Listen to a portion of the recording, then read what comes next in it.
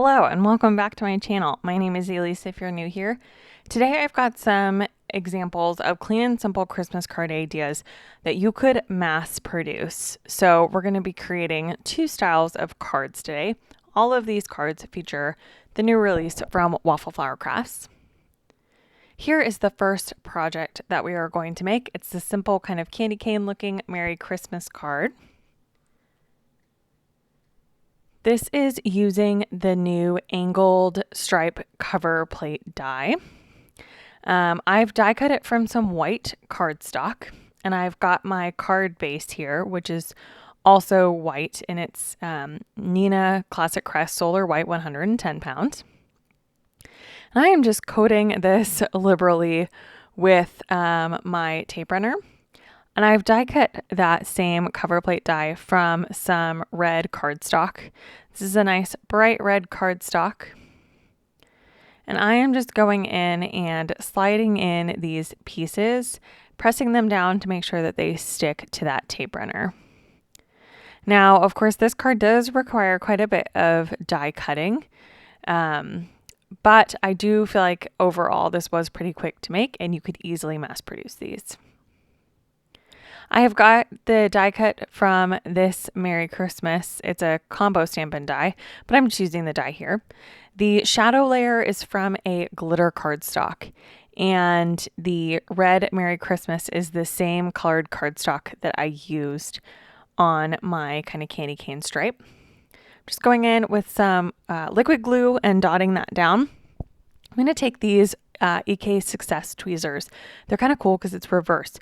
So you pinch it and it opens. Its natural position is closed, so it holds things really nicely.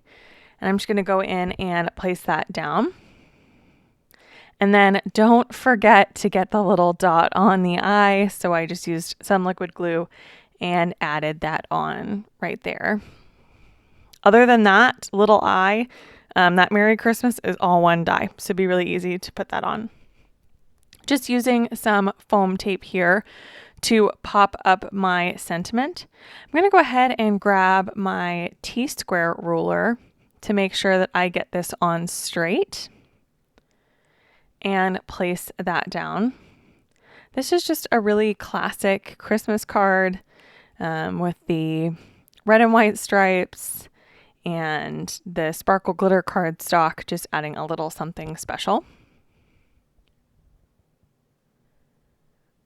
Now, as a finishing touch, I am using some of these enamel dots from Waffle Flower.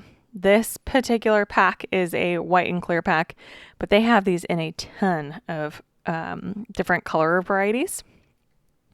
I'm just going to go ahead and place some of these little white dots down. Just add a little bit of interest. I use clusters of 3. Your eye generally prefers an odd number. Just something to keep in mind. And once I have that done, that completes the first card. Like I said, these are really quick and something that I think you could mass produce. Here is the second set of cards. It's the same cover plate die, but I want to show you 2 different ways to use it. So the first is the more traditional way, where I have got that cover plate with the Christmas trees cut out from white, and I'm going to be doing kind of an ombre look with different strips of green. So I just go ahead and glue these down. So I've got liquid glue on the back of that card base there, that white cardstock that I've cut out my panel die from. All the supplies are linked down below, by the way. And I'm just going from darkest to lightest. And when you flip this over, you can kind of see that ombre gradient. It's really fun. I just need to cut off the excess here, so I'm just bringing in my paper trimmer. To make this easier, you could just use one color of green.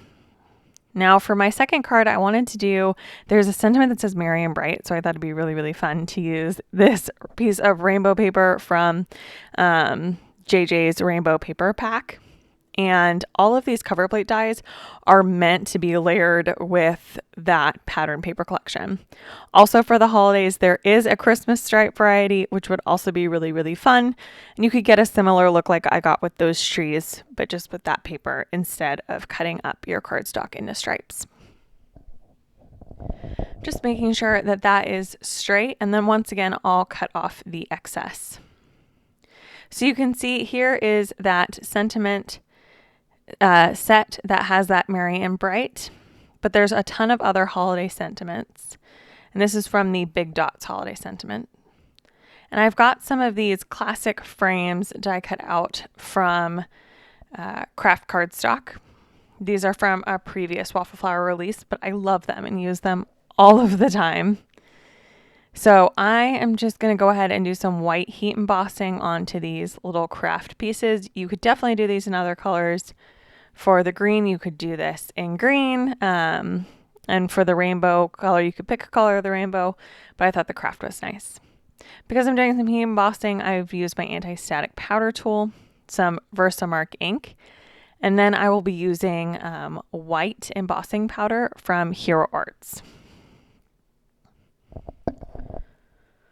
Just dipping these into my powder, and then I will heat set these, and we can move on to the assembly. So I'm just going to use some foam tape on the back of these just to pop them up and give a little bit of dimension. These panels are just smaller than A2 sized. So I did want to pop it up onto my card base for one of them, show you some different options. And for that, I'm going to be using fun foam. So just using my little card base here as a template, I'm just cutting out some fun foam. And I will use some liquid glue to adhere that to the back. You can see on the left there, I have got my card base. So that is white cardstock, but layered on top of it is that darkest green color from the tree panel. So just using that as a little bit of a colored border. So I'll just adhere on that fun foam and make sure it's in place, and then use liquid glue again to adhere this down to the green. Tape runner doesn't really like to stick to fun foam, so I find that liquid adhesive works best. I apply a liberal amount. I'm never shy with my glue. I really want things to stick. And then I can stick this down onto my card base, and that completes the first card.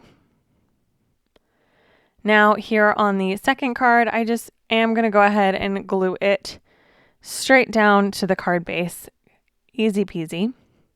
And that completes the cards for today. I hope that you enjoyed this video and got some ideas as we move into the holiday season and need to mass produce a lot of cards. If you like this video, go ahead and subscribe. Hit that bell so you get notified every time that I upload.